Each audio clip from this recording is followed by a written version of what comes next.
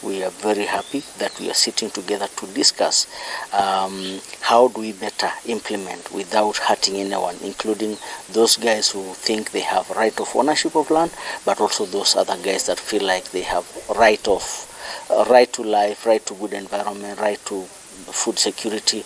We are asking investors who come to Kajiado County to be wary when they buy land.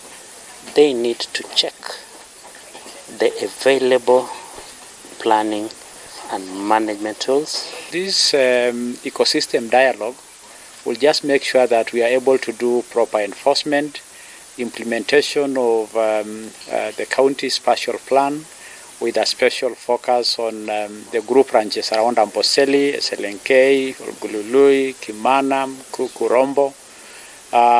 That all together speaking to each other in a constructive way will help to address justice issues, legal issues, community concerns, investors' interest, where balancing all that become critical if all stakeholders come to the round table.